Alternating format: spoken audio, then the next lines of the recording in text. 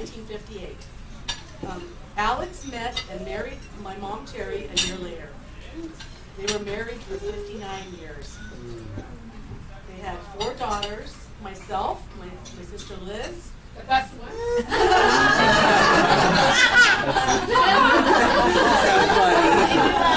My sister Liz, Zena, and Kathy. Alex and Terry also have 6 grandchildren. Joshua, Ryan, Samantha, Emily, Jeffrey, and Christina. And 1 great-granddaughter, Riley, my son Ryan's daughter, and Katie Locke, the daughter. She's her entertainment.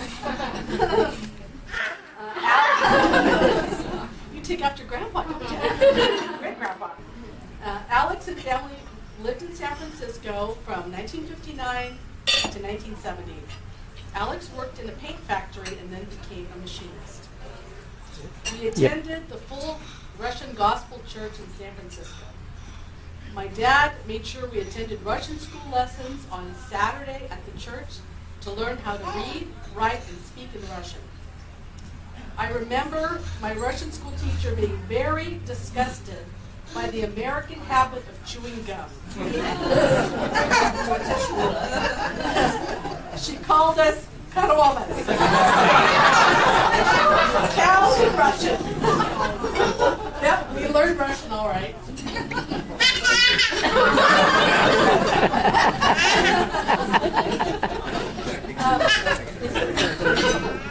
Alex was born in China. He loved to call himself Chinaman. When people asked me where my parents were born, I would tell them China. And they would have this puzzled look on their faces. But you don't look Chinese. I then had a long story to tell them. When we lived in San Francisco, after church on Sundays, Alex loved to take us to his favorite Chinese restaurant in Chinatown. He could speak enough Chinese to go back into the kitchen and order what he wanted from the cook. Then he would return to the table, all pleased with himself, and announce, "I ordered the good stuff," which usually meant something extra spicy. Even toward the end, when he was in assisted care, he really didn't miss Mom's Russian cooking. He always asked for extra spicy Chinese food. A Chinaman through and through.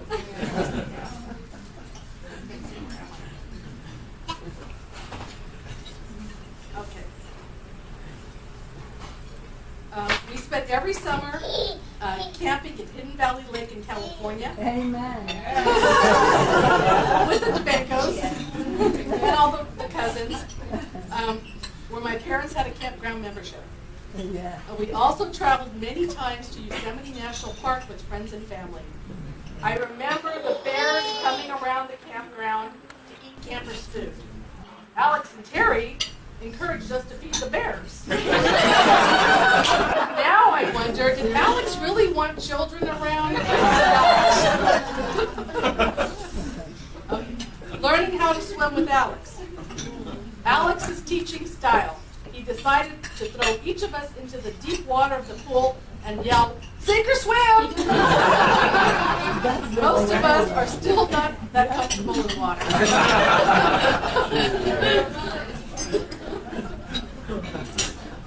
I remember as a child I was deathly afraid of all bugs, flies, mosquitoes, spiders, etc.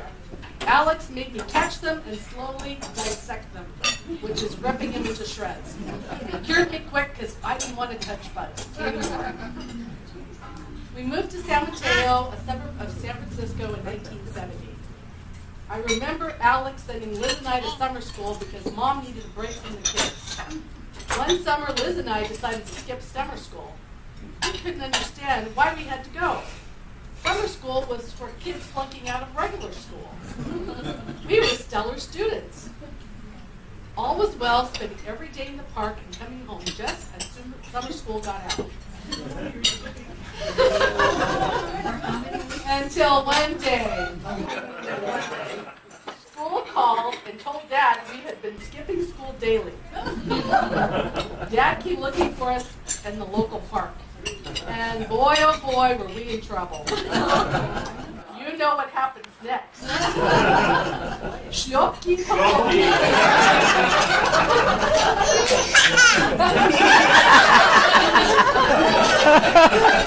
That's coming for you too. You get some Schmokey? Yes. So on top of that, we had to go to all the neighbors' houses to see who needs weeds pulled all summer long. And we had to practice piano 2 hours a day, every day. So we learned, and we stayed out of trouble. Not surprising, neither of us play piano now, and we hate gardeners.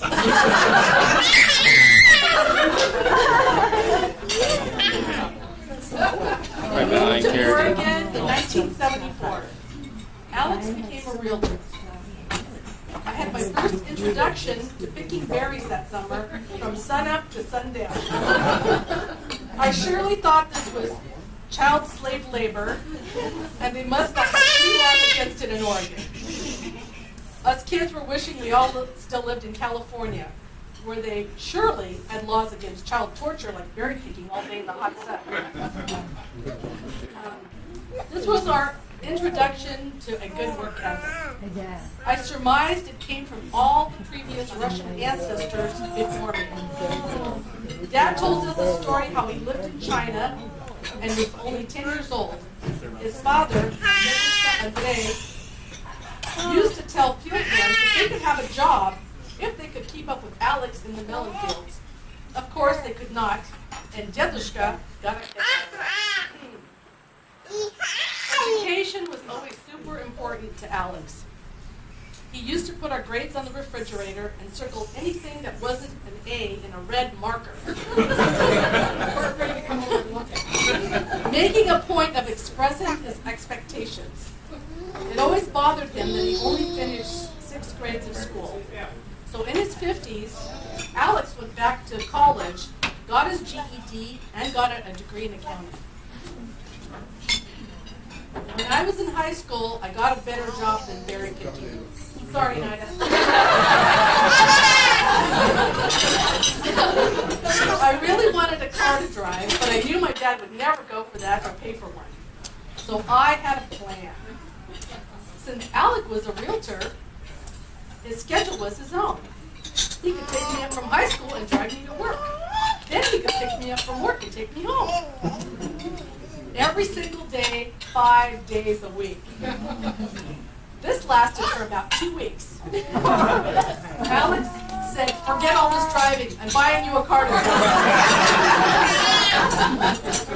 I didn't even have to ask him for this. And you know you've done your job as a parent when your teenage kid can outsmart you and you don't even figure it out.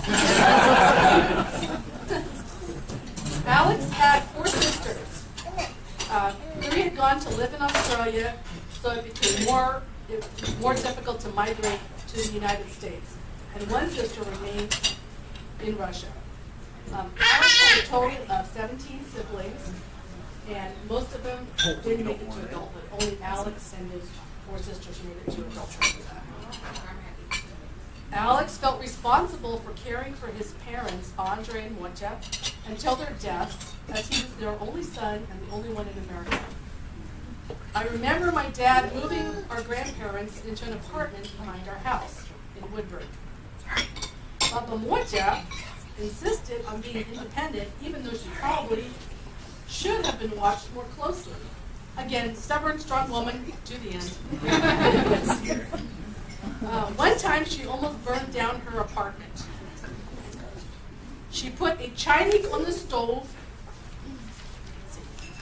and went to watch Billy Graham on TV. Amen. That was a good one. Yeah. And I mean watch because she couldn't hear too well. She didn't hear the Chinese whistling, and when the smoke detector went off, she didn't understand what was making noise. So she took the broom and knocked the smoke detector off the ceiling and stomped on it till it stopped beeping.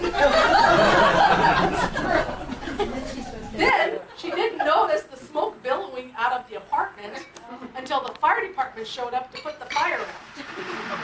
After that, Alex removed the stove out of the apartment and installed a microwave oven instead. Neither out how to use a microwave.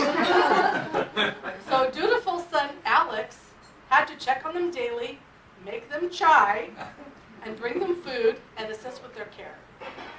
My grandfather Andre liked to go for walks, but usually got lost. Alex took his dad to the Woodburn Police Department and introduced his dad to all the officers. He told his dad, if you get lost, sit on the curb, wait for the police to show up and take you home. Sure enough, this happened several times. And Dedushka Andre was returned home safely by the great police officers of Woodburn. Alex retired at age 62. As he grew older, he was always thinking of ways to keep family together. One year, he took the whole family and my Aunt Rhea on a cruise through the Panama Canal, Costa Rica, and the Cayman Islands. He never went for checkups until he had his heart attack at age 65 and had to have triple bypass surgery.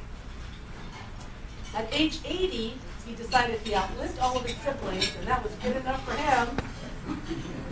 The last 9 months in the hospital and falling a lot from weakness. My sister Zena was helping care for my parents. Us girls spent tons of time trying to convince him to get more help.